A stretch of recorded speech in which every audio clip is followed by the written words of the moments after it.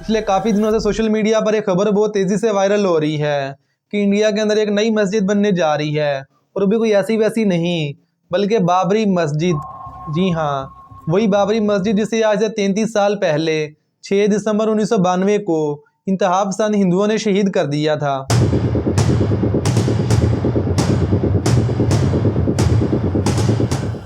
और आज 33 साल के बाद 6 दिसंबर 2025 को वेस्ट बंगाल असेंबली के एमएलए हुमायूं कबीर ने मुर्शिदाबाद में बिल्कुल वैसे ही बाबरी मस्जिद बनाने के लिए बुनियाद रख दी है।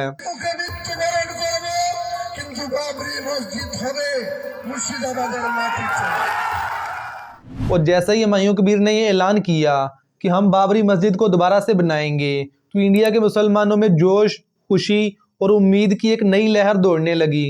बच्चे हों या बुजुर्ग, मर्द हों या औरतें, सब सड़कों पर निकल आए।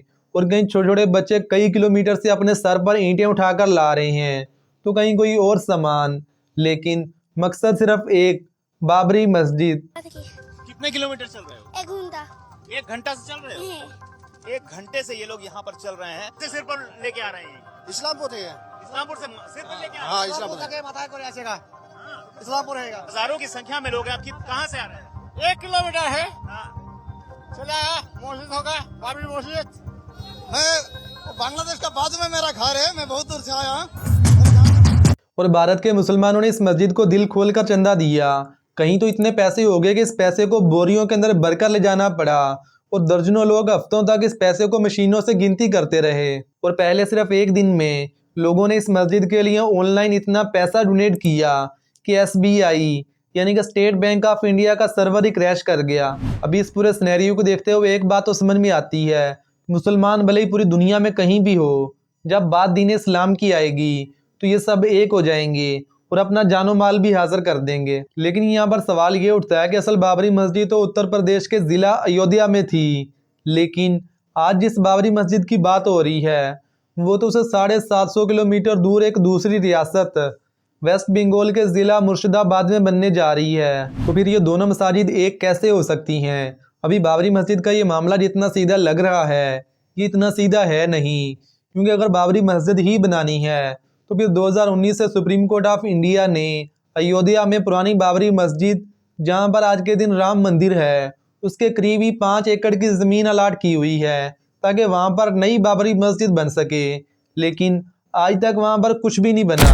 और सबसे अहम सवाल, मुर्शिदाबाद में बनने वाली नई मस्जिद को बाबरी मस्जिद का नाम ही क्यों दिया गया? क्योंकि अगर तो आप मस्जिद इस नीयत से बना रहे हैं कि मस्जिद अल्लाह का घर है, मस्जिद बनाना सदका जारिया है, तो फिर आप इस मस्जिद को कोई भी नाम दे सकते थे। इसको बाबरी मस्जिद का नाम ही क्यों दिया गया? तो आइए फिर इन तमाम सवालों के जवाब जानने की कोशिश करते हैं आज की इस वीडियो में।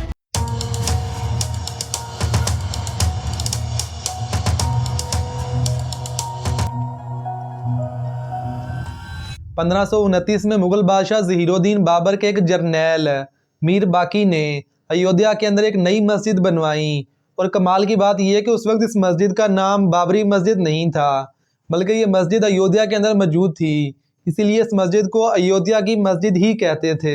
लेकिन जब अंग्रेज़ों ने बरसगीर पर आकर कब्जा करना शुरू किया तो बहुत जल्दी इन लोगों को ये रियलाइज़ हो गया कि अगर हमने हिंदुस्तान के अंदर हुकूमत करनी है तो यहाँ पर मौजूद लोगों को हिंदू मुसलमान के नाम पर भड़काना होगा। और फिर 1850 के करीब अंग्रेज़ों ने यहाँ पर सर्वे किया और गालिबन इसी दौर में इन लोगों ने अयोध्या की इस मस्जिद को बाबरी मस्जिद का नाम दिया। और दूसरी तरफ हिंदुओं से कहा कि इस मस्जिद को तो बाबर ने यहाँ पर मौजूद राम मंदिर को तोड़कर बनाया था, हमने ये सर्वे किया है और इस सर्वे के अंदर इसके सारे सबूत मौजूद हैं। जबकि दूसरी तरफ मुसलमानों से कहा गया ये तो आपकी एक तारीखी मस्जिद है जिसे हिंदू एक मंदिर में तब्दील करना चाहते हैं। यानी एक बार फिर अंग्रेज़ों ने डिवाइड एंड रूल का फार्मूला ही लगाया और इनकी इस चालाकी की वजह से मुसलमान और हिंदुओं के दरमियान इस मस्जिद को लेकर तनाज़ा शुरू हो गया। मुसलमानों का कहना था कि ये हमारी मस्जिद है, जबकि हिंदुओं का कहना था नहीं, ये मस्जिद तो आज है लेकिन इस मस्जिद को बाबर ने हमारे राम मंदिर को तोड़कर बनाया था, इसीलिए हम इस मस्जिद को शहीद करेंगे और वापसी से अपना राम मंदिर बनाएंगे। तो इसलिए बाबरी मस्जिद का यह तनाज़ा आहिस्ता आहिस्ता बढ़ता गया और इसको लेकर बार बार केसेस अदालतों में जाने लगे। अगर एक अदालत मुसलमानों के हक में फ़ैसला देती थी तो दूसरी अदालत हिंदुओं के हक में फ़ैसला दे देती थी, इसलिए ये मामला कभी हल ही नहीं हुआ और 1947 के बाद भी ये मामला ऐसे ही चलता रहा। लेकिन वक्त गुजरने के साथ साथ हिंदुत्व के नज़रिए ने इस मस्जिद को अपनी सियासत के लिए इस्तेमाल करना शुरू कर दिया और इससे सबसे ज़्यादा फ़ायदा उठाया बीजेपी ने। इन लोगों ने अपनी आवाम को बेवकूफ़ बनाया कि आप हमें वोट दो, अगर हम हुकूमत में आएंगे तो हम इस मस्जिद को गिरा कर यहाँ पर राम मंदिर बनाएंगे। और इस पूरे एहतजाज को लीड कर रहा था नरेंद्र मोदी। श्री राम जन्मभूमि के विवादित स्थल के भीतरी और बाहरी आंगन पर राम लला विराजमान का ही स्वामित्व है। लेकिन आहिस्ता आहिस्ता इंतहा पसंदी बढ़ती गई और फिर 6 दिसंबर 1992 को हिंदुओं के एक बड़े ग्रुप ने बाबरी मस्जिद पर हमला कर दिया और सिर्फ चंद घंटों के अंदर ही पूरी मस्जिद को शहीद कर दिया। लेकिन जब मुसलमान बाहर आए तो फिर हिंदुओं और मुसलमानों के दरमियान एक बड़ा तसादम हुआ जिसमें कम से कम तकरीबन 2000 से ज़ायद मुसलमान मारे गए थे और हिंदुओं की भी एक बड़ी तादाद मारी गई थी। और फिर जब ये सारा मामला दोबारा से अदालत में गया तो भी इंडिया की अदालतों पर भी हुकूमत का एक बड़ा इन्फ्लुएंस होता है, इसीलिए अगले कई सालों तक ये केस चलता रहा। और बिल आखिर 2019 में सुप्रीम कोर्ट ऑफ इंडिया ने फैसला दिया या फिर दिलवाया गया कि जहाँ पर पहले बाबरी मस्जिद बनी हुई थी वहाँ पर अब हिंदुओं का राम मंदिर बनेगा। और उस बाबरी मस्जिद से काफ़ी दूर सुप्रीम कोर्ट ऑफ इंडिया ने 5 एकड़ ज़मीन दी कि यहाँ पर आप दोबारा से मस्जिद बना सकते हैं। लेकिन आज तक वहाँ पर कुछ भी नहीं बना, वो ज़मीन वैसी की वैसी पड़ी हुई है। और बीजेपी की सरकत की वजह से इंडिया के मुसलमानों के दिलों में आज भी बाबरी मस्जिद का ज़ख्म मौजूद है। और फिर जब आज अचानक से हुमायूं कबीर ने ऐलान किया कि हम दोबारा से मुर्शिदाबाद में बाबरी मस्जिद को बनाएंगे तो इंडिया के मुसलमान तो एकदम से खुश हो गए। इसलिए उन तमाम लोगों ने दिल खोल कर चंदा दिया। देखिए, अभी मुझे मसला इस मस्जिद से नहीं बल्कि ये तो एक बहुत ही खुशाइन बात है, मुझे मसला हुमायूं कबीर से है, क्योंकि ये एक ऐसा बंदा है जिसने हर घाट का पानी पिया हुआ है। अभी अगर आप हुमायूं कबीर के सियासी बैकग्राउंड पर नज़र मारेंगे तो आपको भी आइडिया हो जाएगा कि हुमायूं कबीर की यह सियासत नज़रियाती है, ये इक़्तिदार का हवस।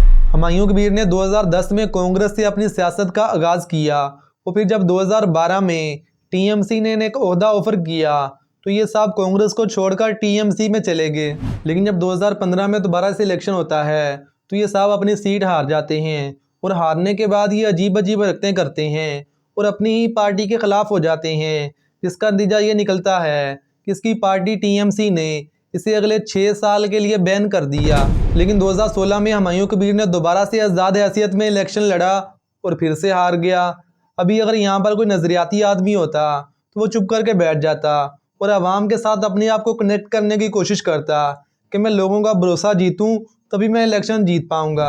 लेकिन हुमायूं कबीर तो 2018 में बीजेपी में शामिल हो जाता है, वही बीजेपी जिसने बाबरी मस्जिद को शहीद किया था। लेकिन ये साहब तो यहाँ पर भी नहीं रुकते और 2021 में बीजेपी को छोड़कर वापसी टीएमसी में चले जाते हैं। लेकिन यहाँ पर कमाल की बात यह कि जैसे ही हुमायूं कबीर ने 6 दिसंबर 2025 को मुर्शिदाबाद में नई बाबरी मस्जिद बनाने का ऐलान किया तो टीएमसी ने एक बार दोबारा से इसे अपनी पार्टी के अंदर से निकाल दिया। तो अभी आप में से बहुत सारे लोग सोच रहे होंगे कि यार इस बंदे ने तो बाबरी मस्जिद बनाने के लिए ना तो अपनी सीट का ख्याल किया और ना ही अपनी पार्टी का। लेकिन अजीम भाई, आप इसी पर सवाल उठा रहे हो।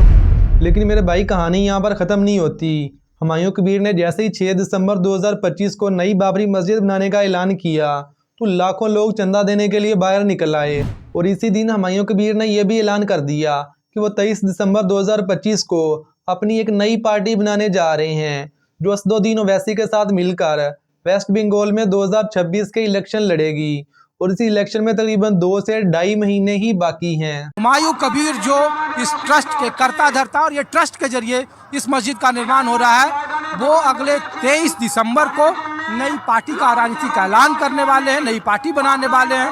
असदुद्दीन ओवैसी से उन्होंने गठबंधन का ऐलान किया है। तो इसीलिए बहुत सारे मुसलमान भी ये बात बोल रहे हैं कि हुमायूं कबीर तो बाबरी मस्जिद के नाम पर वोट लेने का ड्रामा कर रहा है, क्योंकि अगर इसे सच में बाबरी मस्जिद से इतनी ही मोहब्बत होती तो ये 2018 में कभी भी बीजेपी में ना जाता।